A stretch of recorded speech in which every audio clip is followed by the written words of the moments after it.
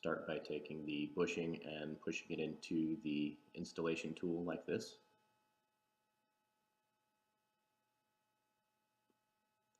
And after you remove all of the old bushing, if there's any left, from the transmission cable,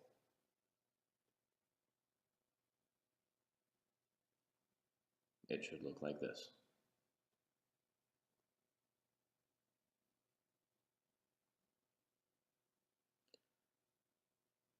Then take the bushing and tool and press it upwards through the transmission cable end.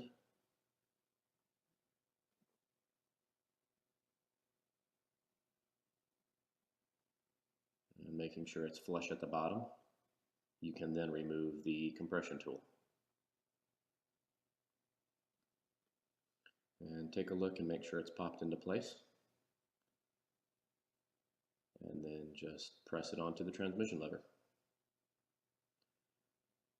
After you're done, shift it back and forth between park and 1 to be sure everything's in place, and that's all there is to it.